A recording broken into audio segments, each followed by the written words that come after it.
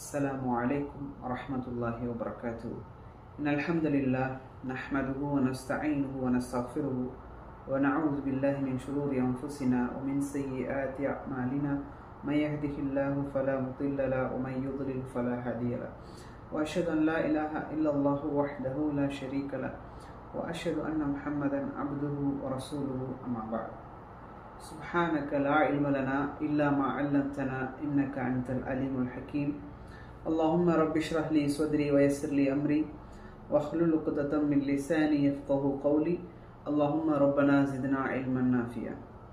எல்லா புகழும் அகிலங்கள் அனைத்திற்கும் ஏகரைவனாகிய தூணின்றி வான் படைத்த அல்லாஹ் ரப்பல் ஆலமீன் ஒருவனுக்கே உரித்தானதாகும். அவனது சாந்தியும் சமாதானமும் அவனுடைய இறுதி தூதர் முஹம்மது ரசூலுல்லாஹ் ஸல்லல்லாஹு அலைஹி வஸல்லம் அவர்கள் மீதும் அவர்களை பின்பற்றி வாழ்ந்த சத்திய சஹாபாக்கள், தாபிஈன்கள், தபா தாபிஈன்கள், உலமாக்கள், நல்லோர்கள், நாம் நேசிப்பவர்கள், நம்மை நேசிப்பவர்கள் அனைவரின் மீதும் என்றென்றும் நின்று நிலவட்டுமாக.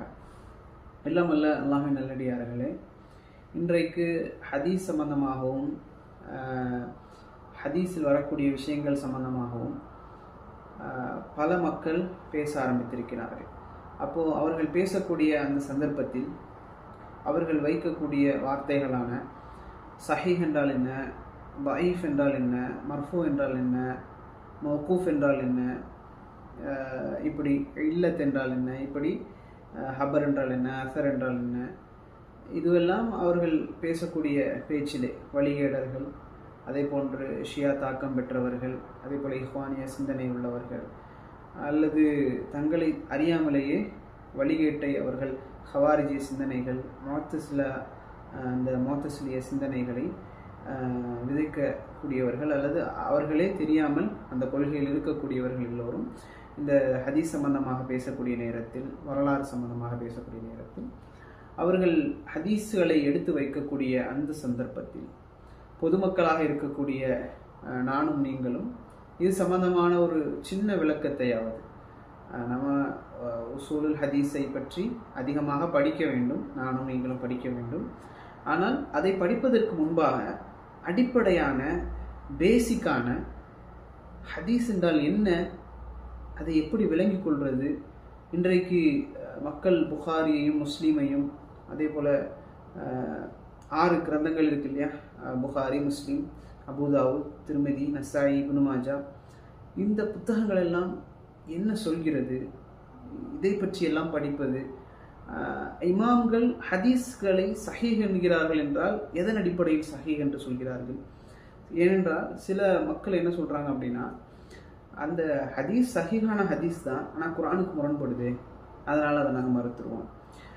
ஹதீஸ் சஹீஹான ஹதீஸ் தான், ஆனால் புத்திக்கு முரண்படுது, அதனால் அல்லாஹ்வுடைய தூதர் இப்படிலாம் பேசியிருப்பாங்களா, அதனால் அதை நம்ம தூக்கி போட்டுற வேண்டியதுதான். ஹதீஸ் தூக்கி வச்சு என்ன பண்ண போகிறீங்க, ஹதீஸ்ன்னு பேசுகிறீங்களே அப்படின்னு. அப்போது இந்த மாதிரி மக்களுக்கு ஹதீஸ் சம்பந்தமான விஷயத்தில் லேக் ஆஃப் நாலேஜ் இருப்பதை நம்ம பார்க்க முடியுது. பொதுமக்களாக இருக்கக்கூடிய நாம், கல்வியை கற்றுக்கொண்டிருக்கக்கூடிய நாம், இதை பற்றின ஒரு அடிப்படையை மட்டுமாவது நாம் விளங்கி கொள்ளணும் அப்படிங்கிற அடிப்படையில் தான் இன்றைக்கி ஹதீஸ் கலை சம்பந்தமான அடிப்படை விஷயங்களை மட்டும்தான் நாம் பார்க்க போகிறோம். ஹதீஸ் சம்பந்தமாக எனக்கும் பெரிய அறிவு இருக்குது அப்படிங்கிறத நான் சொல்லலை. ஹதீஸ் சம்பந்தமாக நான் என்ன படித்தனோ, எங்களுடைய உஸ்தாத் இடத்துல நான் என்ன படித்தனோ அதை மட்டும்தான் என்ன செய்ய போகிறேன், உங்களுக்கு அறிமுகப்படுத்த போகிறேன். எனக்கு எதெல்லாம் தெரியுமோ ஹதீஸ் சம்பந்தமான விஷயத்தில் எங்களுடைய உஸ்தாத் ஷேக் முஃபாரிஸ் தாஜுதீன் ரஷாதி அவங்க எங்களுக்கு கற்றுத்தந்த அந்த விஷயங்களை நான் உங்களுக்கு இன்ஷா அல்லாஹ் சொல்லலாம் அப்படின்னு நினைக்கிறேன். இது பாமர அடிப்படை அறிவு தெரிய வேண்டிய, பாமர மக்கள் தெரிந்து கொள்ள வேண்டிய ஒரு விஷயம், சரிங்களா? ஸோ அந்த ஹதீஸ் சம்பந்தமான விஷயங்களை நாம் பார்ப்போம். அப்போ இது உசூலுல் ஹதீஸ், ஹதீஸினுடைய ஒரு கலை. உசூலுல் ஹதீஸ் என்பது ஹதீஸ் கலை, அதனுடைய அடிப்படை விதிகளை இன்ஷா அல்லாஹ் நம்ம பார்ப்போம். அப்போது முதலாவதாக ஹதீஸ் என்றால் என்ன அப்படின்னு கேட்டால், ஹதீஸ் அப்படின்னு சொல்கிறாங்களே, ஹதீஸ். அப்போ ஹதீஸ் என்றால் என்ன அப்படி என்று சொன்னால், நபி ஸல்லல்லாஹு அலைஹி வஸல்லம் அவர்களுடைய சொல், செயல், அங்கீகாரம், வர்ணனை.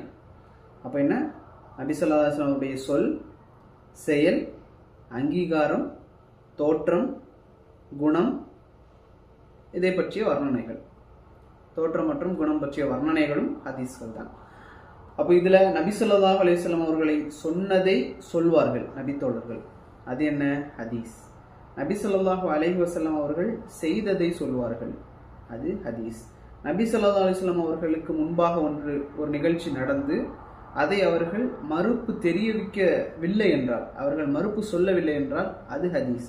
அதே போன்று நபி ஸல்லல்லாஹு அலைஹி வஸல்லம் அவர்களுக்கு முன்பாக ஒரு சம்பவம் நடந்து அதை அவர்கள் மறுப்பு தெரிவித்தார்கள் என்றால் அது ஒரு ஹதீஸ். அதே போல நபி ஸல்லல்லாஹு அலைஹி வஸல்லம் அவருடைய முகம், தாடி, உடை, பாவனை, அவர்களுடைய ஆடை, அவர்கள் எப்படி உறங்கினார்கள், எப்படி முடிவெட்டினார்கள், எப்படி அவர்கள் நடந்து கொண்டார்கள், இதை பற்றி தெரிவதும் ஹதீஸ். அதே போல் நபி ஸல்லல்லாஹு அலைஹி வஸல்லம் அவர்கள் குணம் சம்பந்தமாக அவர்கள் சிரித்தார்கள், விளையாடினார்கள், அழுதார்கள், இப்படி என்று வரக்கூடிய அவர்களுடைய ஒட்டுமொத்த பயோகிராஃபியும் என்ன?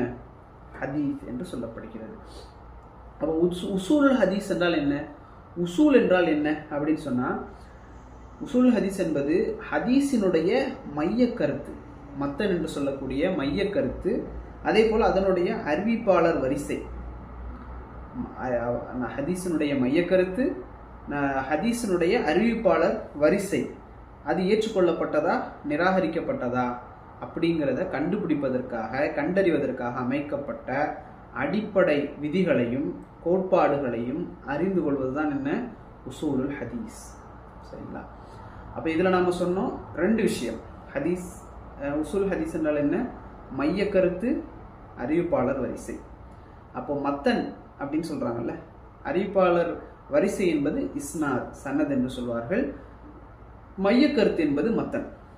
அப்போ ஹதீஸ் என்பதை கண்டுபிடிப்பதற்காக, அதனுடைய ஆதாரம் என்ன அப்படிங்கிறத கண்டுபிடிப்பதற்காக, அதனுடைய பலத்தை கண்டுபிடிப்பதற்காக மத்தன் மற்றும் சனதை ஆய்வு செய்வதுதான்.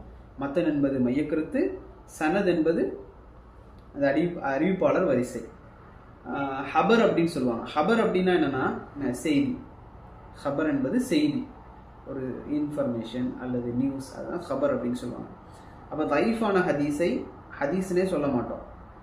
தயீஃபான ஹதீஸை என்ன செய்வோம்? ஹதீஸ்னே சொல்ல மாட்டோம். ஹபர் என்பதற்கு வேறு கருத்துக்கள் இருந்தாலும் அதையும் ஹதீஸ் என்பதை, அந்த பொருளை தான் அது குறிக்கும். ஹபர் என்பது செய்தி அப்படிங்கிற அர்த்தத்தை அது குறிக்கிறது. அசர் என்றால் என்ன? அலிஃப், அ, ச, ரா. அப்போ அசர் என்றால் என்ன? அடிச்சுவடு அப்படிங்கிறது தான் அதனுடைய அர்த்தம். அல்லாஹ்வுடைய தூதர் என்ன சொல்கிறாங்க? அந்த ஷைத்தானுடைய அடிச்சுவடுகளை பின்பற்றாதீங்க, அந்த அசர். சரிங்களா? அப்போ அடிச்சுவடு. ஹதீஸ் கலையில் அது என்ன? ஹதீஸ் என்பதனுடைய பொருளை அது உள்ளடக்கி இருந்தாலும் சஹாபாக்கள் அதே போல் தாபீன்களுடைய கூற்றுக்களை அசர் அப்படின்னு சொல்லக்கூடிய வழக்கம் இருக்கிறது. அதே போல் சனது என்பதை நாம் பார்த்தோம். இஸ்னாதுன்னு சொல்லுவாங்க. சனது என்பது என்ன? நபிமொழி ஒன்றினுடைய அறிவிப்பாளர் தொடரை என்ன செய்யும்? அது குறிக்கும். இஸ்னாத் அப்படின்னு சொன்னால் ஒரு அறிவிப்பாளர் தான் யாரிடத்திலிருந்தெல்லாம் அந்த ஹதீஸை அறிவிச்சாரோ, யாரிடத்திலிருந்தெல்லாம் கேட்டாரோ அந்த தொடரை சொல்கிறது தான் என்ன? இஸ்னாத் அப்படின்னு சொல்கிறது. இது இஸ்னாதை சொல்கிறது சனத். சனதும் இஸ்னாதும் கிட்டத்தட்ட சேம் தான். இப்போ உதாரணமாக புகாரியினுடைய ஒரு முதல் ஹதீஸ், இன்னமல் அமாலு பின்னியா, இதை ரசூல் ஸல்லல்லாஹு அலைஹி வஸல்லம் அவர்கள் யாரிடத்துல சொல்கிறாங்க? Umar ibn Khattab. ரசூல் ஸல்லல்லாஹு அலைஹி வஸல்லம் அவர்கள் உமர் இப்னு ஹத்தாப் ரதியல்லாஹு அன்ஹு அவரிடத்துல சொல்கிறாங்க. அவங்க அல்கமா அவங்க இடத்துல சொல்கிறாங்க. அவங்க முஹம்மது இப்னு இப்ராஹிம் அவங்க இடத்துல சொல்கிறாங்க. முஹம்மது இப்னு இப்ராஹிம் யஹ்யா இப்னு சயீதிட்ட சொல்கிறாங்க. அதே போல் யஹ்யா இப்னு சயீத் சுஃபியான் அவங்கள்ட்ட சொல்கிறாங்க. சுஃபியான் ஹுமைதிட்ட சொல்கிறாங்க. ஹுமைதி இமாம் புகாரி இடத்துல சொல்கிறாங்க. அப்போ இமாம் புகாரி இடத்துலேருந்து ஹுமைதி, சுஃபியான், இப்படியே போய் போய் போய் போய் அது நபி அவர்களிடத்துல போய் நிற்கும். இந்த தொடரை சொல்கிறது தான் என்ன? இஸ்னாத் அப்படிங்கிறத நம்ம விளங்கி கொள்ளணும். அப்போ மத்தன் என்றால் என்ன? மத்தன் என்பது ஹதீஸினுடைய மைய கருத்தை குறிக்கும்.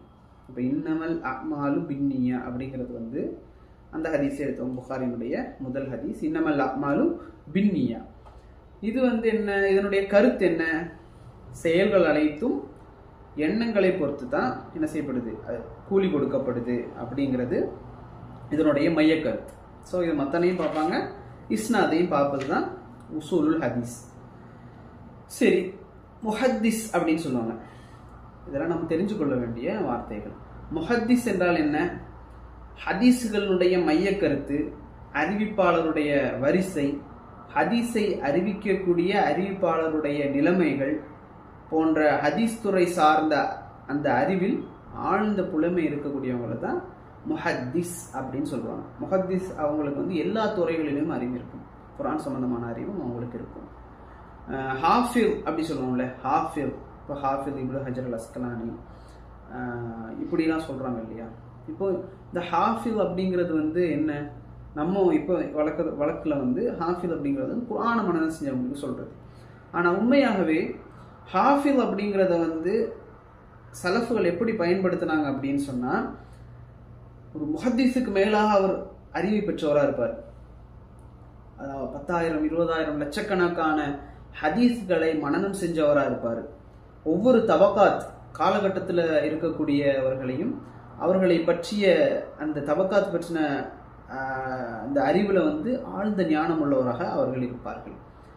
அடுத்ததாக ஹாக்கிம். ஹாக்கிம் என்பவர் யார் அப்படின்னு சொன்னால், ஒரு சில சின்ன விஷயங்களை தவிர ஹதீஸ் துறையிலோட இருக்கக்கூடிய அனைத்து துறைகள்லையும் அனைத்து அறிவுகள்லையும் என்ன செய்வாங்க? அவங்க ஞானம் உள்ளவர்களாக இருப்பார்கள்.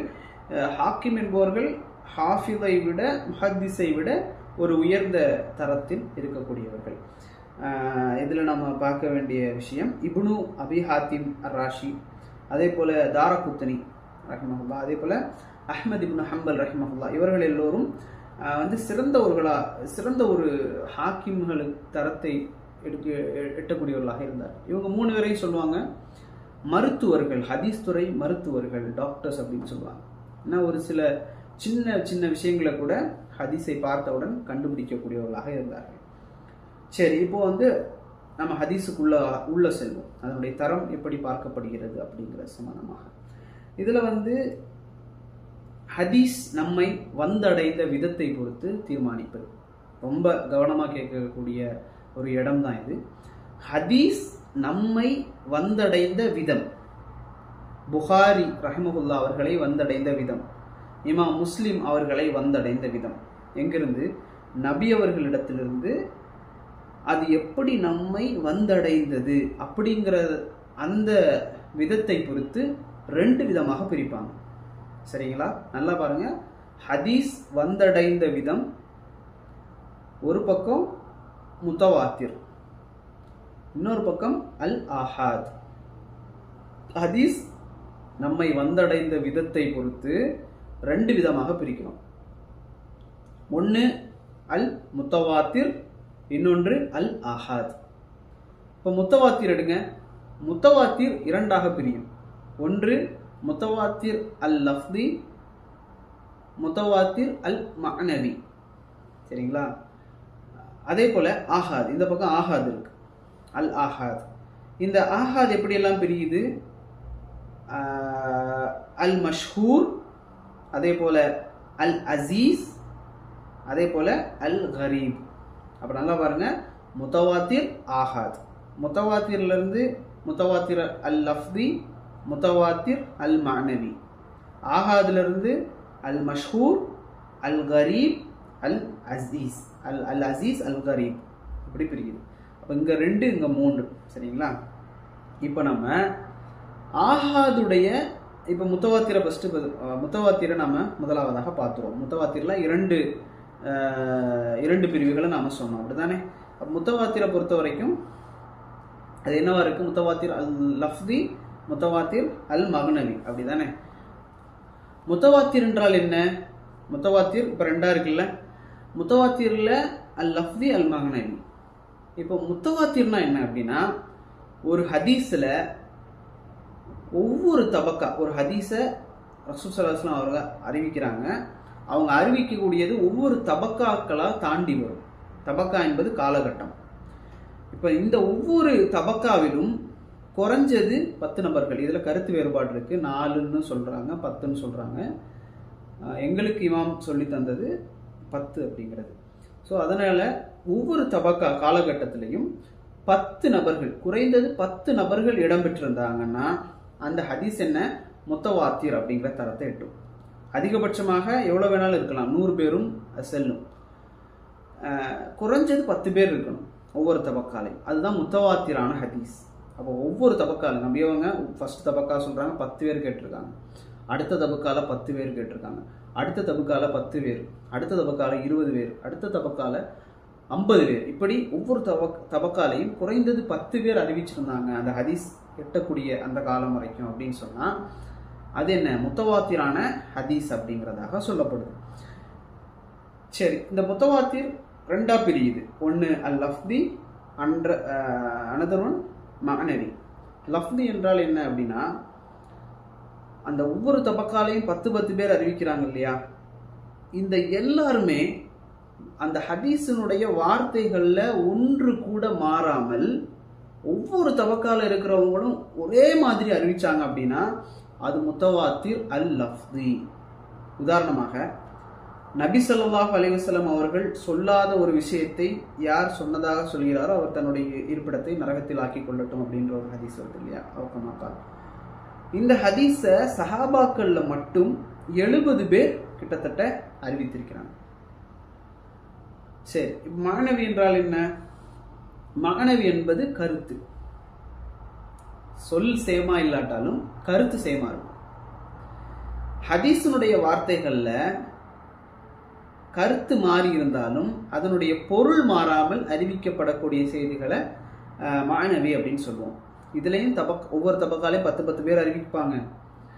செய்தி சின்ன சின்ன வித்தியாசங்கள் இருந்தாலும் கருத்து ஒரே கருத்தாக இருக்கும். இதுவும் முத்தவாத்திரான செய்தி தான், ஆதாரமான செய்தி தான். உதாரணமாக நபி ஸல்லல்லாஹு அலைஹி வஸல்லம் அவர்கள் கையை உயர்த்தி துவா செய்தார்கள் அப்படிங்கிற செய்தி சஹாபாக்கள்ல மட்டும் கிட்டத்தட்ட 100 ஹதீஸ்கள் வந்திருக்கு. அப்போ முத்தவாத்திரான செய்திகளுடைய எண்ணிக்கை எவ்வளோ இருக்குது அப்படின்னு பார்த்தா 200க்கு மேலாக முத்தவாத்திரான செய்திகள் நம்ம இடத்துல இருப்பதாக இமாம் அவங்க சொல்லி தந்தாங்க. அப்போது இதுதான் சரிங்களா. முத்தவாத்திர் அப்படின்னு சொன்னால் ஒவ்வொரு தபக்காலையும் குறைஞ்சது 10 பேர் அறிவிச்சிருக்கணும். முத்தவாத்திர் அல் லஃப்லின்னு சொன்னால் அந்த அந்த 10 பேர் அறிவிக்கிற எல்லா ஹதீஸ்களுமே ஒரே பொருள், ஒரே சொல், அந்த சொல்லாடல் அதில் பயன்படுத்தப்பட்டிருக்கும், சேமாக இருக்கும் அந்த வார்த்தைகள் எல்லாம். முத்தவாத்திர் அல் மஅனவி அப்படின்னு சொன்னால் வார்த்தைகள் சேமா இல்லாட்டாலும் கருத்து சேமா இருக்கும். ஸோ இது முத்தவாத்திர் அப்படிங்கிறது ரொம்ப பலமான செய்தி. முத்தவாத்திரில் தஈஃப் அப்படிங்கிற ஒரு விஷயமே கிடையாது. அது முழுக்க முழுக்க சஹீஹான ஏற்றுக்கொள்ளக்கூடிய விஷயமாக இருக்கு. சரி, முத்தவாத்திர் சாப்டரை க்ளோஸ் பண்ணிக்கோங்க. இப்போ ஆஹாதுங்கிறத ஒன்று பார்த்தோம்ல. இப்போ இந்த ஆஹாதை நாம் எப்படியெல்லாம் பிரித்தோம்?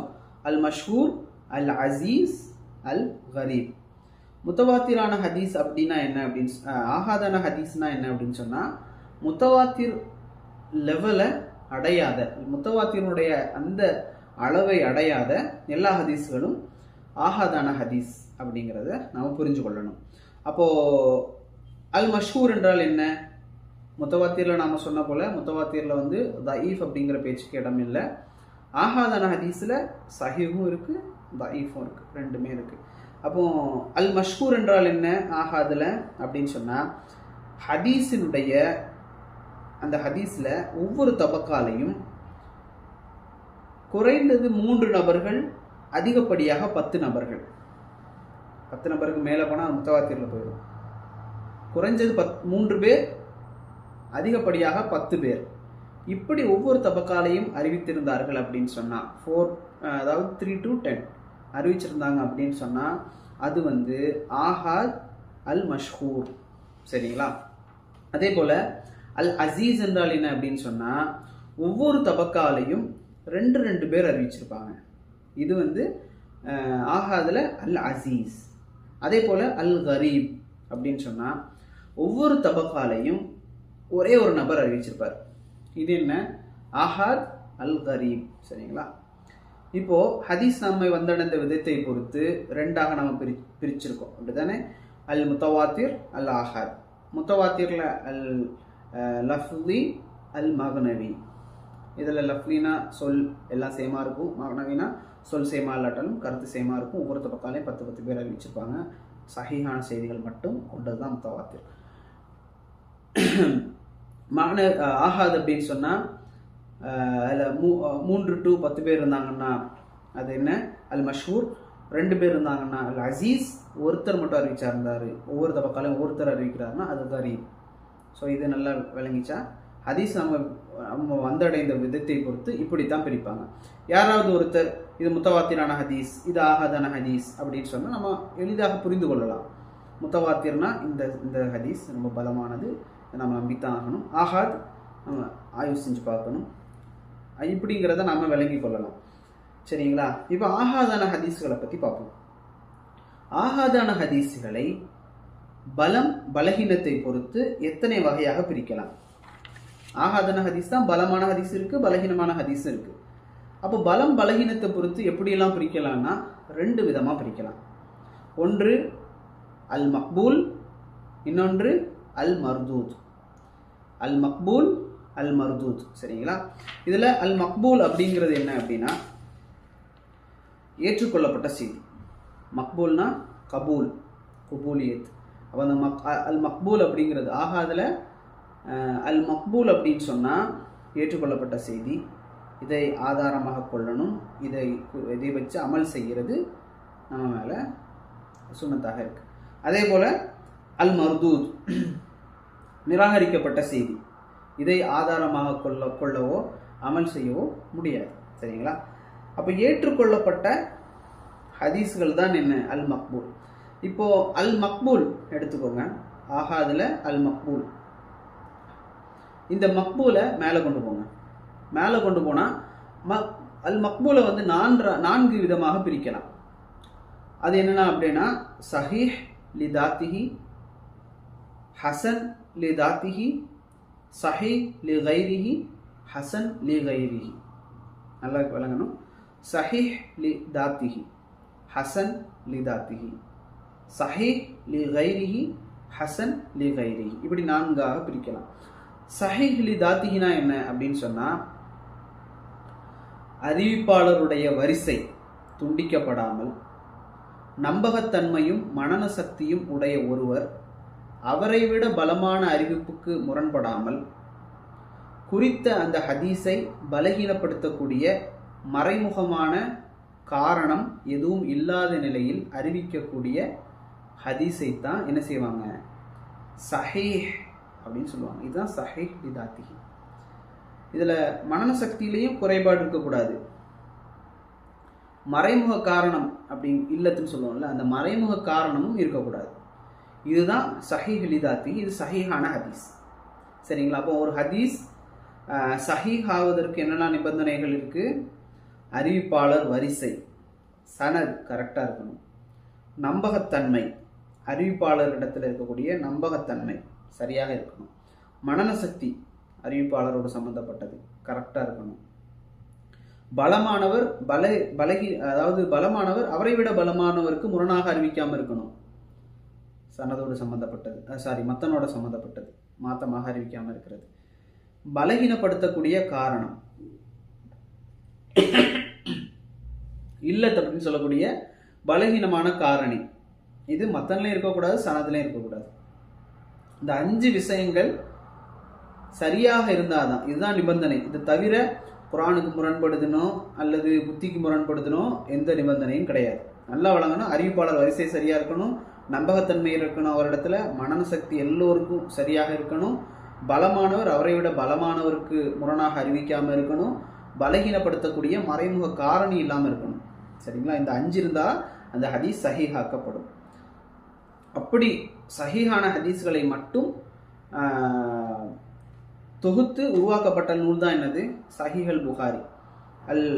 அல் ஜாமியுல் முஸ்னது சஹீஹு முக்தசரு மின் உமூரி ரசூலுல்லாஹி ஸல்லல்லாஹு அலைஹி வஸல்லம் வ சுனனிஹி வ ஐயாமிஹி. இதுதான் அந்த இமாம் புகாரியுடைய அந்த கிதாபுடைய பேர். அது பேர் சஹீஹ் புகாரி. இதுக்கு அடுத்த தரத்தில் சஹீஹ் முஸ்லீம் இருக்குது. அதுக்கு அடுத்ததாக இப்னு ஹுசைமா, இப்னு ஹிப்பான் இதெல்லாம் இருக்குது. சரிங்களா? அப்போது சஹீஹ் புகாரியில் நமக்கெல்லாம் தெரியும் 7200 அந்த சொச்சம் ஹதீஸ்கள் இருக்குது. அதில் திரும்ப திரும்ப வரக்கூடிய ஹதீஸ்கள் நிறைய இருக்குது. ஒரே மாதிரி ஒரே ஹதீஸ் வரக்கூடியது 4000. இதுபோல் சஹீஹ் முஸ்லீமில் 12000, சுச்சம் ஹதீஸ்கள் இருக்குது கிட்டத்தட்ட. அதுலேயும் 4000 ஹதீஸ்கள் தான் திரும்ப திரும்ப வருது. சரிங்களா? அப்போ அறிவிப்பாளர் வரிசை என்பது ரொம்ப முக்கியம், மத்தன் என்பதும் ரொம்ப முக்கியம்.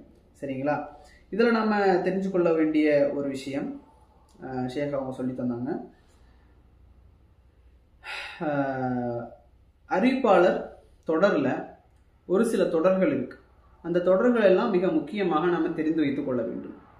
அதாவது ரசூல் ஸல்லல்லாஹு அலைஹி வஸல்லம் அவர்களிடத்திலிருந்து இப்னு உமர் ரலியல்லாஹு அன்ஹு, இப்னு உமர் ரலியல்லாஹு அன்ஹுவிலிருந்து நாஃபி ரஹிமஹுல்லா, அதே போல நாஃபி ரஹிமஹுல்லா இடத்துலேருந்து மாலிக் ரஹிமஹுல்லா, இந்த 3 பேர் வரக்கூடிய செய்தி இருக்கு இல்லையா, இதை தங்கச் சங்கிலின்னு சொல்லுவாங்க, கோல்டன் செயின் அறிவிப்பு அப்படின்னு சொல்லுவாங்க.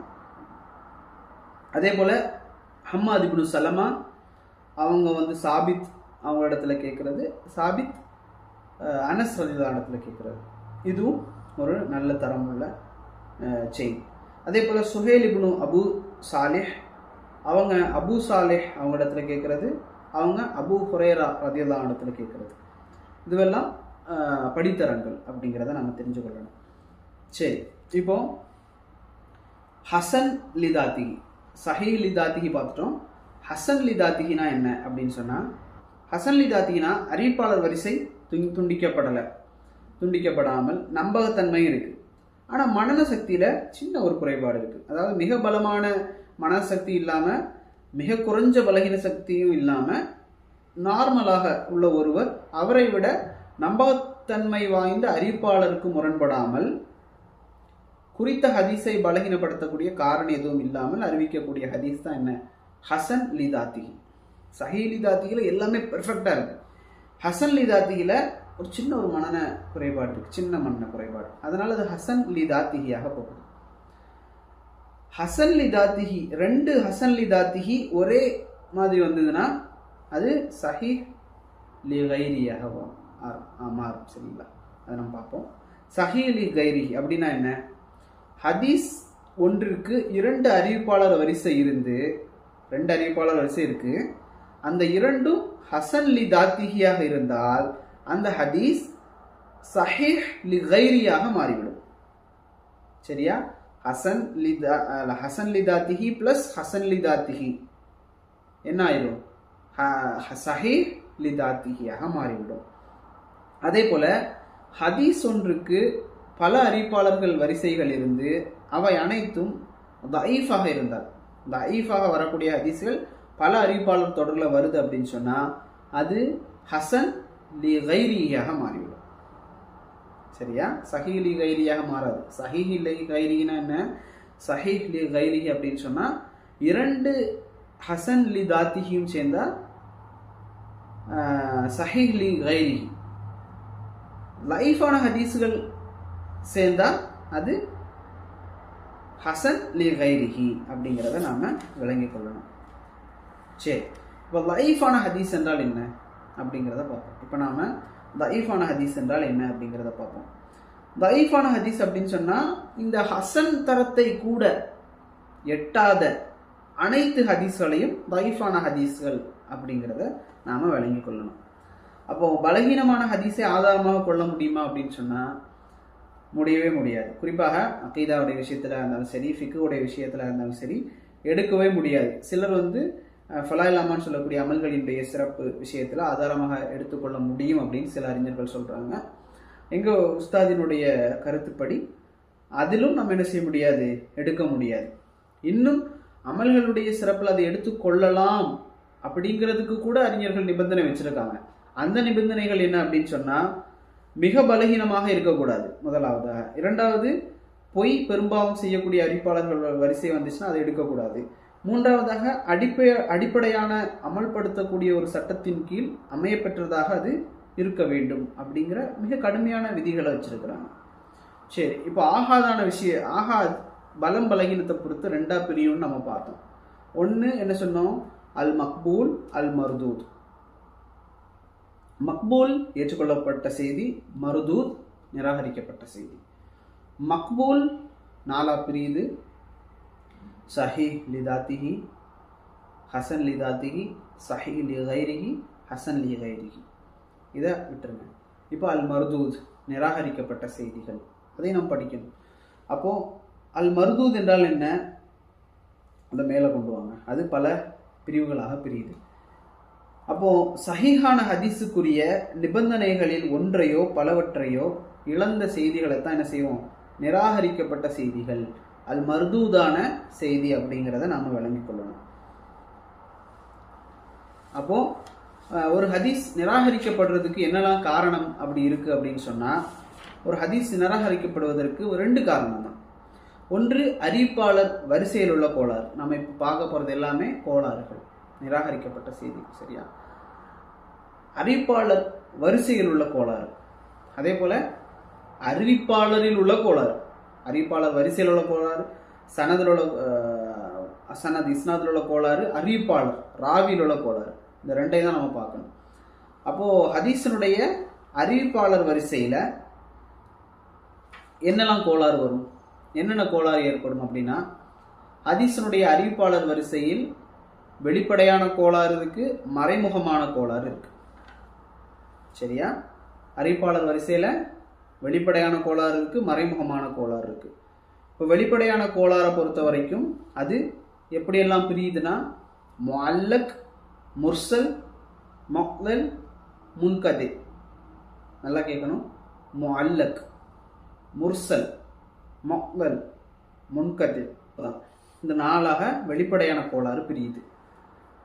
அறிவிப்பாளர் வரிசையில் உள்ள கோளாறுல மறைமுக கோளாறு எப்படி பிரியுது அப்படின்னா, முதல்லஸ், முர்சல் ஹஃபி, முஅன்னன், முஅன்அன். சரியா? இப்படி 4ஆ பிரியுது. இதுல முதல்லஸ் வந்து தத்லீசுல் இஸ்னாத், தத்லீசு சுயூஹ் அப்படின்னு பிரியுது. சுயூஹ். சரியா? அப்ப இப்படி பிரியுது. அப்ப இதுல நாம முதலாவதாக ஹதீஸினுடைய அறிவிப்பாளர் வரிசையில் உள்ள வெளிப்படையான கோளாறு காரணமாக பலகீனப்படுத்தக்கூடிய செய்திகள்ல முஅல்லக், முர்சல், முஅல்லல், முன்கதி பார்ப்போம். முஅல்லக் என்றால் என்ன? அறிவிப்பாளர் வரிசையினுடைய லாஸ்ட்ல வரக்கூடிய தபஅ தாபீன்களுக்கு கீழாக வரக்கூடிய ஒருவர் விடுபட்டிருந்தால் அது முஅல்லக்கான செய்தி. ஒரு ஹதீஸ் தொடர் வருது, அதுல தபஅ தாபீன்களுக்கு கீழே வரக்கூடியவர் மிஸ் ஆயிட்டார் அப்படின்னா அது முஅல்லக்கான ஹதீஸ், தூக்கி போட வேண்டிய ஹதீஸ். முர்சல் அறிவிப்பாளர் வரிசையில் ஆரம்பத்தில் சஹாபி அல்லது தபஅ தாபீன்களுக்கு மேல் அவர் ஒருத்தர் விடுபட்டிருந்தார் அப்படின்னு சொன்னா அது முர்சலான ஹதீஸ். முதலான ஹதீஸ் என்றால் என்ன? அறிவிப்பாளர் வரிசைகளில் ஒன்றுக்கு மேற்பட்ட அறிவிப்பாளர்கள் தொடர்ச்சியாக விடுபட்டிருந்தால் அது என்ன? முதலான ஹதீஸ், தூக்கி போட்ட வேண்டியதான். முன்கதியான ஹதீஸ் என்றால் என்ன? முன்கதியான ஹதீஸ் என்றால் அறிவிப்பாளர் வரிசையில் ஏதாவது ஒரு இடத்தில் ஒருத்தர் விடுபட்டிருந்தார்னா அது முன்கதியான ஹதீஸ். சரிங்களா? இப்ப அறிவிப்பாளர் வரிசையில் உள்ள மறைமுக கோளாறுகள், அதன் காரணமாக பலகீனமான ஹதீஸ்கள் எப்படியெல்லாம் பிரிக்கப்படுது அப்படின்னு பார்த்தா, முதல்லஸ், முர்சல் ஹஃபி, அதே போல முஅன்னன், முஅன்அன் இப்படி பிரிக்குது. அப்போ முஅன்னன் மற்றும் முஅன்னன் வந்து நாம் பார்க்க வேண்டிய அவசியம் இல்லை, அது கருத்து வேற்றுமைக்குரியது. முதல்லஸ் என்றால் என்ன அப்படின்னு சொன்னா, அறிவிப்பாளர் வரிசையினுடைய குறையை மறைத்து வெளிப்படையில் அழகானதை போல காட்டுவதை தான் என்ன செய்யும்? முதல்லஸ் அப்படின்னு சொல்லுவாங்க. இந்த முதல்லஸ் தான் 2ஆ பிரியுது. இந்த தத்லீஸ் வந்து 2ஆ பிரியுது. என்ன? தத்லீசுல் இஸ்னாத், தத்லீசு ஷுயூஹ். தத்லீசுல் இஸ்னாத்னா என்ன அப்படின்னா, அந்த அறிவிக்கக்கூடியவர் ஒரு ஆசிரியரிடத்திலிருந்து படிச்சிருப்பார், ஆனா அவர் அறிவிக்கக்கூடிய அந்த குறித்த அந்த ஹதீஸ் இருக்குல்ல, அதை அந்த ஆசிரியரிடத்திலிருந்து கேட்டிருந்தாரா அப்படின்னா கேட்டிருக்க மாட்டார். ஆனால் அவரிடத்திலிருந்து அந்த ஹதீஸை கேட்டது போலயே அறிவிப்பார். இது தத்லீசுல் இஸ்னாத். சரியா? அதே போல தத்லீசு ஷுயூஹ் அப்படின்னா என்ன அப்படின்னா, அவர் ஒரு ஆசிரியர் இடத்துல படிச்சிருப்பாங்க, அந்த ஆசிரியருக்கு பிரபலமான ஒரு பெயர் இருக்கும், சொந்த பெயர் ஒன்று இருக்கும். அப்போ இவர் என்ன செய்வார் அப்படின்னா, அந்த ஹதீஸ் அறிவிக்கக்கூடிய நேரத்தில் இந்த ஷேக்கு இருக்கக்கூடிய ஒரு இன்னும் மக்களுக்கு அறியாத ஒரு பெயர், அந்த பெயர் நம்பகத்தன்மை மிகுந்த ஒரு அறிவிப்பாளருக்கு முன்பாகவே இருக்கும். ஸோ இவர் என்ன செய்வார் அப்படின்னா அந்த பெயரை பயன்படுத்துவார். அவர் கேட்டது இந்த அறிஞர் இடத்துல, தன்னுடைய ஆசிரியரிடத்துல. ஆனால் அவர் பயன்படுத்தக்கூடியது பெயர், அவருடைய பெயரும் இவருடைய பெயரும் ஒரே போல இருக்கிறதுனால அவருடைய பெயராக மக்கள் நினைச்சு இந்த ஹதீஸை சஹீஹாக்குவாங்க அப்படிங்கிறதுக்காக செய்யப்படுறது தான் தத்லீஸு ஷுயூஹ் அப்படின்னு சொல்லுவாங்க. சரி, அப்போ நாம என்ன செஞ்சிட்டோம், முதல்லஸ்னா என்னன்னு பார்த்துட்டோம். முர்சல் ஹஃபினா என்ன அப்படிங்கிறத நம்ம பார்த்தோம். முர்சல் ஹஃபி அப்படின்னு சொன்னா சமகாலத்தில் வாழ்ந்த அல்லது அவர் சந்தித்த ஒருவரிடமிருந்து அவர் கேட்காத ஒரு ஹதீஸை அவரிடத்திலிருந்து கேட்டது போன்றே அறிவிக்கக்கூடியது தான் என்ன, முர்சல் ஹஃபி அப்படிங்கிறத நம்ம விளங்கிக் கொள்ளணும். அப்போ இதுதான் அதாவது முதல்லஸ், முர்சல் ஹஃபி. இதில் நம்ம இன்னும் ரெண்டு சொன்னோம், அன். இந்த அன் அப்படிங்கிறது வந்து ஹதீஸில் வந்து அன் அப்படிங்கிற வார்த்தையை போட்டு வரும், அவர் இவர் அறிவித்தார் அப்படின்னு சொல்லி வர்றது. அதே போல் அன்னன் அப்படிங்கிறதும் வரும். இது ரெண்டும் கருத்து வேற்றுமைக்குரியது, அது சம்பந்தமாக ஆழமாக நமக்கு தெரியாது. அதே போல் இப்போது ஃபர்ஸ்ட் நம்ம இப்போ பார்த்தது என்ன அப்படின்னு சொன்னால், அறிவிப்பாளர் வரிசையில் வரக்கூடிய கோளாறுகளை பார்த்தோம்.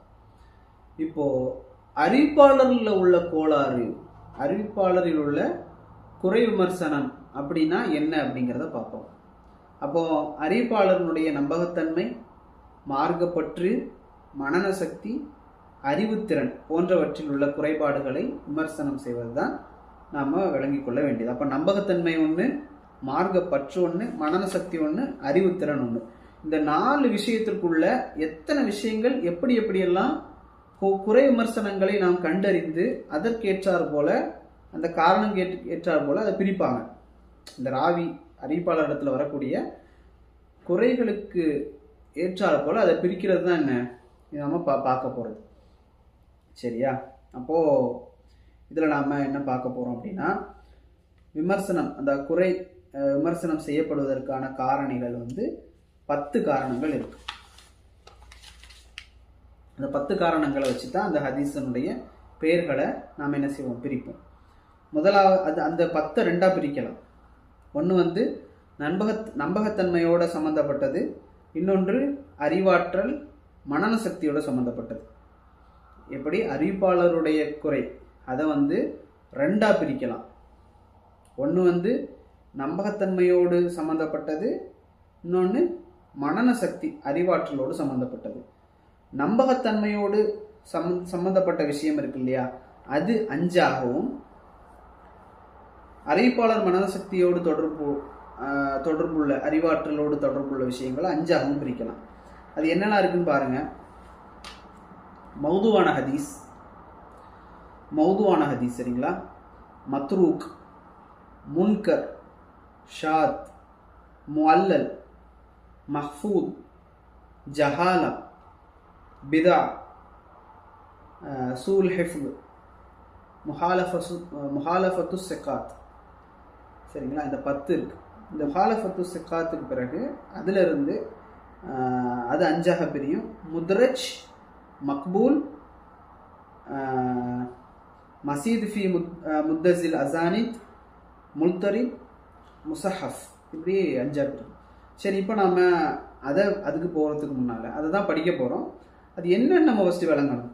அப்போ நம்பகத்தன்மையோடு தொடர்புடைய அந்த 5 விஷயங்கள் என்ன அப்படின்னா, ஹதீஸ்களை அறிவிக்கக்கூடிய விடயத்தில் அவர் பொய் சொல்லக்கூடியவராக இருந்தார்னா அந்த ஹதீஸ் ஏற்றுக்கொள்ளப்படாது. நம்பகத்தன்மை பிரச்சனை.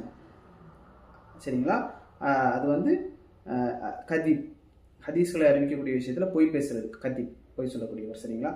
ரெண்டாவதாக, ஹதீஸ்களை அறிவிக்கக்கூடிய விஷயத்தில் பொய் சொல்வது கிடையாது, ஆனால் மற்ற விஷயத்தில் பொய் சொல்வார் அப்படின்னு சொன்னால் அதுவும் நம்பகத்தன்மையில் பிரச்சனை. மூன்றாவதாக, பெரும்பாவம் செய்யக்கூடியவராக அவர் இருப்பார், ஃபிஸ்க் என்று சொல்லக்கூடிய பெரும்பாவம் செய்யக்கூடியவராக இருந்தார்னா நம்பகத்தன்மை இல்லை. நான்காவதாக, அறிவிப்பாளர்களுடைய கொள்கை அடிப்படையில் அவர் பிதத்வாதியாக முபுத்ததியாக இருந்தால் அதுவும் ஏற்றுக்கொள்ளப்படாது. அதே போல அதாவது ஜஹாலா, அறிவிப்பாளர் யார் என்றே அறியப்படாமல் இருப்பது, அவர் சம்பந்தமான அந்த ராவி சம்பந்தமான செய்திகளே இல்லாமல் இருந்தாலும் நம்பகத்தன்மையில் பிரச்சனை. பாருங்கள், எவ்வளோ கடினமாக ஸ்ட்ரிக்டான ஒரு முறையில் ஹதீஸ்களை சஹி தஈஃபாக பிரிக்கிறாங்க பாருங்கள். இரண்டாவதாக அறிவாற்றல் மனன சக்தியோடு தொடர்பு உள்ள அந்த விஷயங்கள் என்ன அப்படின்னா, சரியானவற்றை அறிவிப்பதை விட தவறாக அறிவித்ததே அதிகம் என்று கூறப்படக்கூடிய அளவுக்கு ஒருத்தரிடத்தில் தவறு காணப்பட்டு அப்படின்னு சொன்னால் அது என்ன, நிராகரிக்கப்பட வேண்டிய செய்தி. இரண்டாவதாக மிக குறைந்த அளவில் மனசக்தி உடையவராக அவர் இருந்தார் அப்படின்னா சூவில் ஹெஃப்ல், அதான் சொல்றது, மனசக்தியில் குறைபாடு இருந்துச்சுன்னு சொன்னால் அதுவும் நிராகரிக்கப்படும். அதே போல அல் ஒஃப்லத் குறைவானவராக இருப்பார், அதுவும் ஏற்றுக்கொள்ளப்படாது. அதே போல தான் செய்த தவறை தானே உணராமல் இருக்கக்கூடியவர் ஏற்றுக்கொள்ளப்படாது. அதே போல முஹாலஃபத்து சிக்காத், தன்னை விட பலமான அறிவிப்பாளருக்கு முரணாக அறிவிக்கக்கூடியவராக இருப்பார், இதுவும் என்ன, ஏற்றுக்கொள்ளப்படாது. இப்போ இந்த 10 காரணங்களை வச்சு தான் ராவிகளுடைய அறிவிப்பாளரை வச்சு பிரிக்கப்படுது. சரி, இதில் மௌதுவான ஹதீஸ் அப்படின்னா என்னன்னு பார்ப்போம். மௌதுவான ஹதீஸ் அப்படின்னா ஒரு அறிவிப்பாளர் பொய்யராக இருந்தார் அப்படின்னா அவர் இடம்பெறக்கூடிய ஹதீஸ் மௌதுவான ஹதீஸ் அப்படிங்கிறது அழைக்கப்படும். அதாவது நபி ஸல்லல்லாஹு அலைஹி வஸல்லம் அவர்களோடு இணைத்து புனைந்துரைக்கப்பட்ட இட்டுக்கட்டு செய்யப்பட்ட பொய்யான செய்தியை தான் மௌதுவான ஹதீஸ் அப்படின்னு சொல்லுவோம். பலவீனமான செய்திகள்லேயே ரொம்ப மோசமான பிரிவை சேர்ந்தது இந்த மௌதுவான செய்தி தான். இந்த வகையான செய்திகளை அறிவிப்பது தடை செய்யப்பட்டது. மௌதுவான செய்திகள் எப்படியெல்லாம் பிரிக்கப்படும் அப்படின்னா, எப்படி அறியப்படும் அப்படின்னா, இது மௌதுவான செய்தி தான் அப்படின்னு எப்படி அறியப்படும் அப்படின்னா, இட்டுக்கட்டியவர் தானாக அதனை என்ன செய்வார், ஒப்புக்கொள்வார்.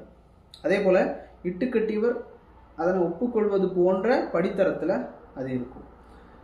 அறிவிப்பாளரிடத்தில் காணப்படக்கூடிய வெளிப்படையான காரணங்கள், அதாவது இதை வச்சே இது செஞ்சுருவாங்க, அதை முடிவு செஞ்சுருவாங்க. சரிங்களா? மௌதுவான செய்திகள் என்ன காரணத்துக்காக உருவாக்கப்பட்டன அப்படின்னு சொன்னால், ஒரு சிலர் நல்ல விஷயத்துக்கும் ஒரு சிலர் கெட்ட விஷயத்துக்கும், அல்லாஹுவை நெருங்கலாம் என்ற நப்பாசையில் உருவாக்கப்பட்டிருக்கு. தங்களுடைய இயக்கம் குழுவிற்கு வலு சேர்ப்பதற்காக உருவாக்கப்பட்டிருக்கு. இஸ்லாத்துக்கு எதிரான ஒரு அவப்பெயரை ஏற்படுத்தணும் அப்படிங்கிறதுக்காக உருவாக்கப்பட்டிருக்கு. ஆட்சியாளரிடத்தில் நெருக்கத்தை பெறணும் அப்படிங்கிறதுக்காக உருவாக்கப்பட்டிருக்கு. சம்பாதிக்கிறதுக்கு, பொருள் ஈட்டுவதற்கு, தங்களை வளர்த்து கொள்வதற்கு, பிரபலம் அடைவதற்கு, இப்படி பல காரணங்களுக்காக இந்த மௌதுவான ஹதீஸ்கள் உருவாக்கப்பட்டிருக்கு. சரி, அடுத்ததாக மத்ரூக் அப்படின்னு சொன்ன ஹதீஸ் நம்ம பார்த்தோம். ஒருவர் ஹதீஸை அறிவிப்பதில் பொய்யராக இல்லாட்டாலும் அவர் மற்ற விஷயங்களில் பொய் சொல்லியிருந்தார் அப்படின்னா அந்த ஹதீஸ் மத்ரூக். சரிங்களா? இந்த மத்ரூக் அப்படிங்கிற தரத்தை அது பிடிக்குது. முன்கர் அப்படின்னா என்ன அப்படின்னா, ஒருவர் பெரும்பாவம் செய்பவராக, நிறைய தவறுகள் செய்பவராக, மிகவும் கவனக்குறைவானவராக இருத்தல் போன்ற இந்த 3 தன்மைகள் உள்ளவராக இருந்தால் அது அல் ஹதீஸுல் முன்கர் அப்படிங்கிறத காணப்படும். அப்புறம் மஅரூஃப் அப்படின்னா முன்கருக்கு ஆப்போசிட். மஅரூஃபான ஹதீஸ் அப்படின்னு சொன்னால் முன்கருக்கு ஆப்போசிட் ஆனது, பலமான செய்தி தான் மஅரூஃப் அப்படின்னு சொல்லுவோம். முன்கர் மஅரூஃப். சரிங்களா? ஷாதான ஹதீஸ் என்றால் என்ன? ஷாதான ஹதீஸ் அப்படின்னு சொன்னால், நம்பகத்தன்மையுடைய அறிவிப்பாளர் ஒருவர் அவரை விட நம்பகத்தன்மையுடைய அறிவிப்பாளருக்கு மாற்றமாக அறிவித்தார் அப்படின்னு சொன்னால் அது ஷாதான ஹதீஸ். இப்போ ஒரு அறிவிப்பாளர் இருக்கிறார், அவர் பலமானவர் தான், ஆனால் அவரை விட பலமானவர் ஒரு செய்தியை சொல்லியிருக்கார், அதுக்கு மாற்றமாக இவர் அறிவிச்சிருக்கார் அப்படின்னா இவர் சொன்ன செய்தி ஷாத் அப்படிங்கிற தரத்துக்கு போகும். பலமானவர் சொன்ன செய்தி மஃபூல் அப்படிங்கிற தரத்துக்கு போகும். அப்போ இந்த ஷாதான ஹதீஸை எடுத்துக்கொள்ள முடியாது. சரியா? அதே போல முஅல்லல் என்றால் என்ன? வெளிப்படையில் சரியாக அது காட்சியளித்தாலும் மறைமுகமான காணப்படக்கூடிய ஒரு தவறு, ஒரு குறைக்கு தான் என்ன செய்யப்படும், அந்த வடுக்கு தான் முஅல்லல் அப்படிங்கிற பெயரை சொல்லுவாங்க. தான் செய்த தவறை தானே உணராதவர் அறிவிக்கக்கூடிய அந்த அறிவிப்பை தான் முஅல்லல் அப்படிங்கிற விஷயமாக சொல்லுவாங்க. அடுத்ததாக முஹாலஃபத்து சிக்காத்.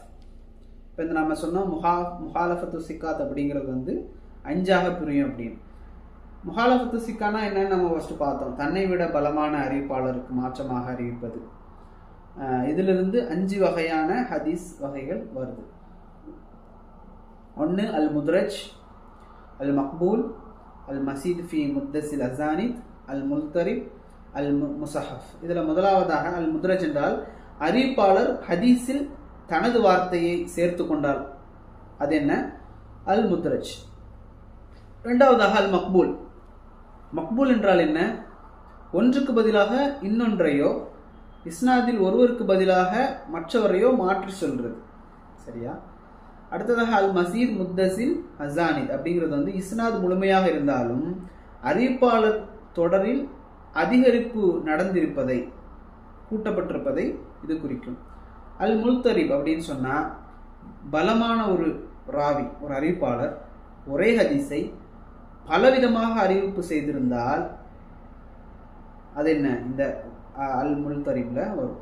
அதே போல அல் முசஹஃப் என்றால் ஒரு அறிவிப்பாளர் ராவி அறிவித்த செய்திகளில் சொல் மற்றும் கருத்துக்கு மாற்றமாக ஹதீஸனுடைய சொற்களை மாற்றி சொன்னதை இது குறிக்கும்.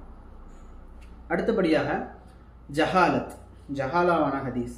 ஹதீஸுல் ஜஹாலா என்றால் என்ன? அறிவிப்பாளர் யார் என்றே தெரியாமல் இருப்பது. அறிய முடிந்தாலும் அவர் எப்படிப்பட்டவர் அப்படிங்கிறத நியாயப்படுத்தவோ அல்லது விமர்சிக்கவோ முடியாத ஒரு சூழலில் அவர் அந்த ஹதீஸ் என்ன செய்யப்படும்? ஜஹாலா என்று அறிவிக்கப்படும். அதே போல பிதா அப்படிங்கிற ஹதீஸ்னா என்ன அப்படின்னா அறிவிப்பாளர் கொள்கையில் பிதத்துடையவராக இருப்பார். அதுவும் ரெண்டா பிரிக்கப்படும். என்னன்னா இறை நிராகரிப்புக்கு கொண்டு போகக்கூடிய பிதாத், பாவமாக கருதப்படக்கூடிய பிதாத். பிதாத்துல நல்ல பிதாத்லாம் இல்லை, குல் பிதாத்தின் தலாலத். சரியா? அப்போ பிதாவான ஹதீஸ்கள் இந்த ரெண்டு சம்பந்தமாக வந்தாலும் அது என்ன செய்யப்படும்? நிராகரிக்கப்படும். சூல் ஹிஃப், அவர் என்ன? மனன சக்தியில் குறைபாடு. ஆரம்பத்தில் நல்ல மனன சக்தி உடையவராகவும் பிறகு மனன சக்தியில் கோளாறு ஏற்பட்டிருந்தால் அந்த ஹதீஸ் சூல் ஹிஃபுலாக கருதப்படும். சரி, இவ்வளவுதான். அப்போ நான் இது சம்பந்தமான அந்த பிக்சரை நான் பதிவு செய்கிறேன். அப்போ நாம் பாருங்கள். ஃபஸ்ட் நாம் பார்த்தோம் ஹதீஸ்கள் நம்மை வந்தடைந்த விதத்தை பொறுத்து அல் முத்தவாத்திர், அல் ஆஹாத். முத்தவாத்திர் அல் லஃப்லி, அல் மஅனவி. ஆஹாத் எப்படி பிரியுது? அல் மஷ்ஹூர், அல் அசீஸ், அல் கரீப். இது வந்தடைந்த விதத்தை பொறுத்து. அதை அப்படியே ஓரம் வச்சிருங்க. ஆஹாதான ஹதீஸ் என்ன? பலகீனமான, அது பலம் பலகீனம். முத்தவாத்திரை பொறுத்த வரைக்கும் முழுக்க முழுக்க பலம். ஆஹாதை பொறுத்த வரைக்கும் பலம் பலகீனம். அப்போ பலம் என்ன? மக்பூல், ஏற்றுக்கொள்ளப்பட்டது. பலகீனம் என்ன? மர்தூத், நிராகரிக்கப்பட்டது. பலத்தை கொண்டு வருவோம். பலம் எப்படியெல்லாம் பிரியுது? சஹீஹ் லி தாத்திஹி, ஹசன் லி தாத்திஹி, சஹீஹ் லி கைரிஹி, ஹசன் லி கைரிஹி. சரியா? இதை அப்படியே கொண்டு போயிடுவோம்.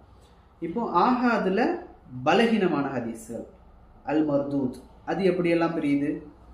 அல் மர்தூத் எப்படியெல்லாம் பிரியும் அப்படின்னு சொன்னால் நிராகரிக்கப்பட்ட செய்தி எப்படியெல்லாம் நிராகரிக்கப்படும்?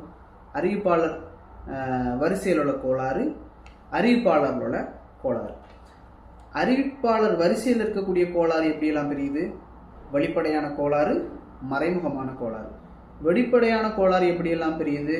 முஅல்லக், முர்சல், மக்லல், முன்கதி. அதே போல மறைமுகமான கோளாறு எப்படியெல்லாம் பிரியுது? முதல்லஸ், முர்சல் ஹஃபி, முஅன்னன், முஅன்அன். சரியா? அடுத்ததாக இது எல்லாமே அறிவிப்பாளர் வரிசையில் வரக்கூடிய கோளாறு. இதில் என்னென்ன விடுபட்டு இருந்தா எப்படி அப்படிங்கிறத நம்ம பார்த்தோம். அடுத்ததாக அல் மர்தூத். மர்தூத் வந்து அறிவிப்பாளரில் இருக்கக்கூடிய கோளாறு. அறிவிப்பாளரில் என்னெல்லாம் பிரச்சனை இருக்குது அப்படிங்கிறத பார்க்கும்போது அதில் மௌதுவான ஹதீஸ், மத்ரூக், முன்கர், ஷாத், முஅல்லல், மஹ்ஃபூல், ஜஹாலா, பிதா, சூல் ஹிஃபுல், முஹாலஃபத்து சிக்காத். இப்படி 10 பிரியுது. இதில் இதெல்லாம் என்ன அப்படின்னா எதனால இந்த அறிவிப்பாளரில் கோளாறு இருக்குது அப்படிங்கிறத சொல்கிறது. முஹாலஃபத்து சிக்காத்தில் வந்து அது 5 பிரியும். முத்ரஜ், மக்பூல், மசீத் ஃபி முத்தஸில் அசானித், முல்தரிப், முசஹஃப். இப்படி பிரியுது. சரியா? ஸோ இதுதான் சுருக்கமான ஹதீஸ் கலையினுடைய ஒரு அறிமுகம். சரியா? ஸோ ஸோ இதை நாம் தெரிஞ்சு வச்சுக்கொள்ளணும், எழுதி வச்சுக்கொள்ளணும் இன்ஷா அல்லாஹ். சரி, இதை தாண்டி ஆஹாதான ஹதீஸில் மூன்றாவது ஒரு பிரிவு இருக்குது. ஆஹாதான ஹதீஸில் மூன்றாவது ஒரு பிரிவு இருக்குது, அதை நாம் பார்த்துக்கொள்கிறோம். அது என்னென்னா, ஹதீஸ் யாரோடு இணைக்கப்படுது அப்படிங்கிறத வச்சு அது முடிவு செய்யப்படும். அது என்னென்னா அல் ஹதீஸுல் குதுசி. நமக்கெல்லாம் தெரியும், நிறைய இடத்துல கேட்டிருக்கோம் ஹதீஸுல் குதுசி, ஹதீஸுல் குதுசி அப்படின்னு சொல்லி. அது என்ன ஹதீஸுல் குதுசினா என்ன அப்படின்னா, அல்லாஹ்விடமிருந்து நபி அவர்களுக்கு நேரடியாக அறிவிக்கக்கூடிய ஹதீஸ்கள் தான் என்ன ஹதீஸுல் குதுசி அப்படின்னு சொல்லப்படும். சரியா? இப்போது அதே போல் மௌகூஃப் அப்படிங்கிறது ஒன்று நம்ம தெரிஞ்சுக்கணும். மௌகூஃப் அப்படின்னா என்னென்னா, நபித்தோழர்களுடைய சொல் செயல் பற்றி வரக்கூடிய செய்திகளைத்தான் இது குறிக்கும். இது நபித்தோழர்களுடைய அங்கீகாரம் இதில் வராது, நபித்தோழர்களுடைய சொல் செயல் பற்றிய செய்திகளை இது குறிக்கும். அதான் மௌகூஃப் அப்படிங்கிற விஷயம். அப்போல மர்ஃபூ அப்படின்னு சொல்கிறோம் இல்லையா, மர்ஃபூ அப்படிங்கிறதும் ஹதீஸ் தான். நபி ஸல்லல்லாஹு அலைஹி வஸல்லம் அவருடைய சொல் செயல் வர்ணனை பற்றிய செய்திகள் தான் மர்ஃபூவான ஹதீஸ்கள் அப்படின்னு மர்ஃபூன்னு சொல்லுவாங்க. அதே போல் மக்தூப் அப்படின்னு சொன்னால் தாபீன்களுடைய சொல் செயல் பற்றி வரக்கூடிய செய்திகளை சொல்லுவாங்க. இதுவெல்லாம் நாம் தெரிந்து வைத்துக் கொள்ள வேண்டிய விஷயம். இன்ஷா அல்லாஹ் அடுத்ததாக அடுத்த சந்தர்ப்பம் கிடைச்சால் உலூமுல் ஹதீஸ் சம்பந்தமாக நம்ம பார்ப்போம்.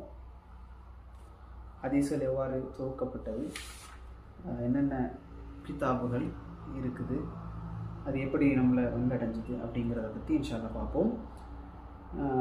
எதை கேட்டோமோ அதன்படி செயல்படக்கூடிய மக்களாக அல்லாஹ் ரப்பல் ஆலமீன் உங்களை நினைவாக்கிடுவானாக. ஹதா மா இன்தி வல் இல்மு இன்தல்லாஹ் வ கூலு கௌலி ஹதா வஸ்தக்ஃபிருல்லாஹி லி வ லக்கும். அஸ்ஸலாமு அலைக்கும் வரஹ்மத்துல்லாஹி வபரகாத்துஹு.